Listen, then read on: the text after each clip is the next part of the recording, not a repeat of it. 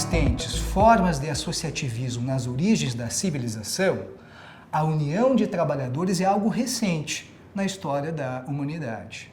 Para a defesa coletiva dos seus interesses, os trabalhadores buscaram se organizar de diversas formas, das quais a organização sindical atua como a mais importante.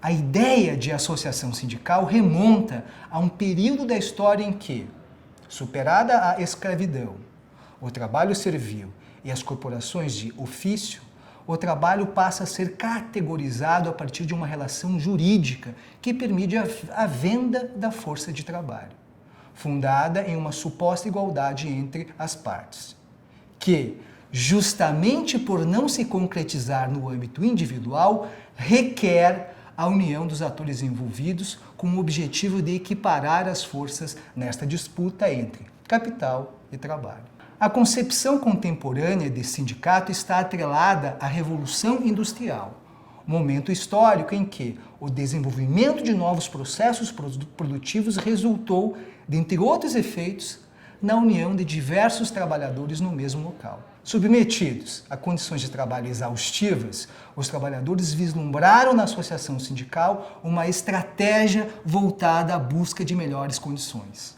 Da legislação penal, a atividade sindical evolui para o campo dos direitos fundamentais. A lei inglesa Combination Act, de 1799, por exemplo, proibia reuniões de trabalhadores que reivindicavam melhores condições. Semelhantemente, o Código Penal de Napoleão, de 1810, punia a associação de trabalhadores. O desenvolvimento dos sindicatos, contudo, foi inevitável. Em 1824, os sindicatos foram legalizados na Inglaterra, cabendo à Trade Unions Act de 1871 a consolidação do sindicalismo daquele país. Na Alemanha, o Código Industrial Prussiano de 1869 admitiu a associação profissional, o que acabou sendo confirmado na Constituição de Weimar de 1919.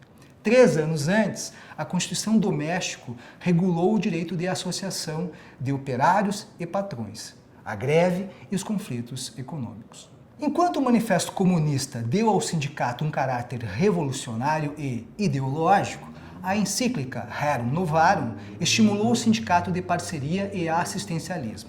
Na França, a Lei Waldeck-Rousseau, de 1884, além de revogar a Lei Le Chapelier e dispositivos do Código Penal, permitiu às pessoas da mesma profissão ou de profissões conexas organizarem-se em associações sem autorização do governo, desde que seus objetivos fossem exclusivamente a defesa de interesses profissionais e econômicos. Na Itália, o Código Penal Zanardelli, de 1889, considerou lícita a greve e o lockout, desde que não violentos. Nos Estados Unidos, o reconhecimento das entidades sindicais se deu através das leis Sherman Act, de 1890, e Norris-LaGuardia Act, de 1932. Com grande destaque na história do sindicalismo, o corporativismo é marcado pela forte influência do Estado sobre os sindicatos. Instituídos na Itália pela Lei 295 de 1893, os Collegi dei Probiviri eram órgãos paritários para cada ramo da indústria, formados por um presidente nomeado pelo governo, além de representantes classistas representando empregados e empregadores. Posteriormente, a Lei 563 de 1926 limitou o reconhecimento da personalidade jurídica a um único sindicato, para ambos os ramos, profissional e patronal, resultando na eficácia erga omnes do contrato coletivo firmado pelos representantes de trabalhadores e empregadores. O sindicato, reconhecido pelo Estado, tornava-se ente de direito público, submetido a rígido controle estatal. O legislador ainda criminalizou a greve e o lockout. Um ano depois, a Carta del Lavoro, de 1927, admitiu a liberdade sindical, mas não assegurou o direito de greve. Também presente na Espanha, em Portugal e no Brasil, na primeira metade do século XX, o modelo corporativista perdeu força, dando espaço a uma narrativa capitaneada pela OIT, fundada na autonomia dos sindicatos frente ao Estado. Sim, A tutela da organização sindical foi fortalecida com as negociações de paz que se sucederam ao fim da Primeira Guerra. Como marco importante de tal processo, cita-se o surgimento da OIT. Fundada em 1919 como parte do Tratado de Versalhes, essa organização internacional é a única agência das Nações Unidas que tem estrutura tripartite: empregados, empregadores e Estado. Em 1944, os delegados da Conferência Internacional do Trabalho adotaram a Declaração de Filadélfia, que, como anexo à Constituição da OIT, constituiu sua Carta de Princípios e Objetivos, além de ter servido como referência para a adoção da Carta das Nações Unidas de 1946 e da Declaração Universal dos Direitos Humanos de 1948. Em 1998, a Conferência Internacional do Trabalho adotou a Declaração dos Direitos e Princípios Fundamentais no Trabalho, fundados, entre outros, no respeito à liberdade sindical e de associação, além do reconhecimento efetivo do direito de negociação. A liberdade de associação e a negociação coletiva, objeto das convenções número 87 e 98, integram o núcleo duro das convenções fundamentais da OIT. Igualmente, a OIT estabeleceu um procedimento adicional de supervisão para garantir o cumprimento das referidas convenções. Para tanto, em 1951 criou o Comitê de Liberdade Sindical, com o propósito de examinar denúncias sobre violações à liberdade de associação, permitindo-se às organizações de empregadores e trabalhadores a apresentação de reclamações contra os Estados-membros. Organização sindical no Brasil. Se a Constituição Imperial de 1824 foi omissa, a Constituição Republicana de 1891 assegurou a todos o direito de associação e de reunião livremente, desde que sem armas, não podendo a polícia intervir senão para manter a ordem pública. Essa garantia foi assegurada nas constituições posteriores, inclusive durante períodos de ditadura, consolidando-se com maior amplitude na Constituição de 1988. Quanto à associação sindical, em que pese a criminalização do direito de greve no Código Penal de 1890, no âmbito infraconstitucional, o Decreto 1637 de 1907, inspirado na Lei Waldeck-Rousseau, é considerado a primeira lei sindical do Brasil. Deve-se considerar que os trabalhadores imigrantes que vieram ao Brasil, inspirados em ideais anarquistas, transformaram associações em entidades de reivindicação, sendo o ano de 1917 o ápice desse processo, marcado por greves que ocorreram em diversos estados. A preocupação governamental com a interferência estrangeira restou demonstrada com a edição dos decretos 19.770, de 1931, e 26.694, de 1934. O primeiro, que passou a regular a organização sindical no Brasil, em substituição ao Decreto 1637, vedava a patrões e empregados a filiação em sindicatos internacionais. Já o segundo, que substituiu o decreto anterior, restringia os cargos de administração e representação a brasileiros natos ou naturalizados com mais de 10 anos de residência no Brasil, além de vedar aos sindicatos, federações e confederações integrarem organizações internacionais, salvo quando expressamente autorizados pelo Ministério do Trabalho. É no Estado Novo, portanto, que se encontram as origens do sistema sindical vigente, cujas características principais são o enquadramento por categoria, o registro sindical, a contribuição compulsória, a intervenção do Estado nos sindicatos, o efeito erga omnes das convenções coletivas, a restrição do exercício do direito de greve e a unicidade sindical. Tem-se, portanto, uma construção teórica, segundo o qual o Estado comandado por Getúlio Vargas pretendia controlar o movimento sindical, que se desenvolvia desde o início do século XX. Se, por um lado, buscava-se assegurar o desenvolvimento dos sindicatos, de outro, a autonomia dessas entidades era mitigada frente à forte interferência estatal. Décadas mais tarde, no início dos anos 80, surge um novo modelo de sindicalismo em municípios industriais próximos da cidade de São Paulo.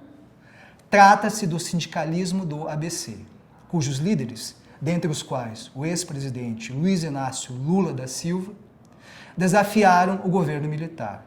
Fundaram o PT e a CUT, tendo como bandeira, dentre outras, a liberdade sindical nos termos delimitados pela Convenção 87 da OIT. O ápice da redemocratização ocorre com a Constituição de 1988, cujo texto remete à organização sindical ao princípio da liberdade sindical, não obstante a manutenção da unicidade, do critério de categoria e a contribuição compulsória. Destaca-se ainda o protocolo adicional à Convenção Americana sobre Direitos Humanos em matéria de direitos econômicos, sociais e culturais, conhecido como Protocolo São Salvador. Este documento vincula os Estados signatários, dentre os quais o Brasil, a garantir o direito dos trabalhadores de organizar sindicatos e de filiar-se aos de sua escolha, para proteger e promover seus interesses. Como projeção desse direito, os Estados permitirão aos sindicatos formar federações e confederações nacionais e associar-se às já existentes, bem como formar organizações sindicais internacionais e associar-se às de sua escolha. Os Estados-partes também permitirão que os sindicatos, federações e confederações funcionem livremente. A propósito, a organização dos sindicatos por intermédio do critério de categoria demonstra a preocupação do Estado em organizar e controlar a atividade sindical. A partir da divisão dos campos de atuação entre as entidades sindicais existentes, as quais só atuam com autorização estatal mediante registro, estabelece-se modelo propício à preservação do controle pelo poder público. Se não bastasse, a globalização e a modificação dos processos de produção influenciaram decisivamente os sindicatos. A terceirização, por exemplo, causa a fragmentação da organização dos trabalhadores, o que impede a união de forças em um sindicato mais representativo. Da mesma forma, os trabalhadores informais, por não integrarem o sistema de proteção social de trabalho, correm o risco de serem excluídos da representação sindical. Não obstante, inexistir qualquer vedação ao direito de associação e sindicalização. Segundo o Ministério do Trabalho e Emprego, a partir de dados extraídos do Portal de Informações sobre Relações do Trabalho, o Brasil conta atualmente com 17.289 entidades sindicais registradas, das quais 16.633 sindicatos, 593 federações, 49 confederações e 14 centrais sindicais. Ao todo, 61% representam trabalhadores, enquanto 39% representam empregadores. Quanto às taxas de filiação, estudo publicado pelo IPEA em dezembro de 2016 aponta um percentual de 16% de trabalhadores filiados. Tal dado, segundo o estudo, coloca o Brasil na 12ª posição mundial, na frente de países como Chile, Espanha, Estados Unidos e França. A crise do sindicalismo fez com que os sindicatos ampliassem suas bandeiras. Não basta mais lutar pelo aumento do salário e por melhores condições de trabalho para os integrantes da categoria. A tomada de postura em relação a outros temas como trabalho da mulher, trabalho infantil, trabalho escravo, previdência social e demais políticas públicas passaram a integrar as pautas de discussão do movimento sindical. Outras modalidades de associações desprovidas de caráter sindical, diante de um contexto de exclusão social, atuam com abrigo para minorias, levando os sindicatos a se preocuparem com faixas da sociedade para as quais antes não voltavam sua atenção. Tal processo de mudança depende necessariamente de uma atualização da estrutura sindical e dos mecanismos de organização. A partir do princípio da liberdade sindical, resta analisar questões muito importantes a respeito da atividade sindical. Nas próximas aulas, faremos uma análise da negociação coletiva e seus limites, do direito de greve e das formas de custeio sindical. Até lá!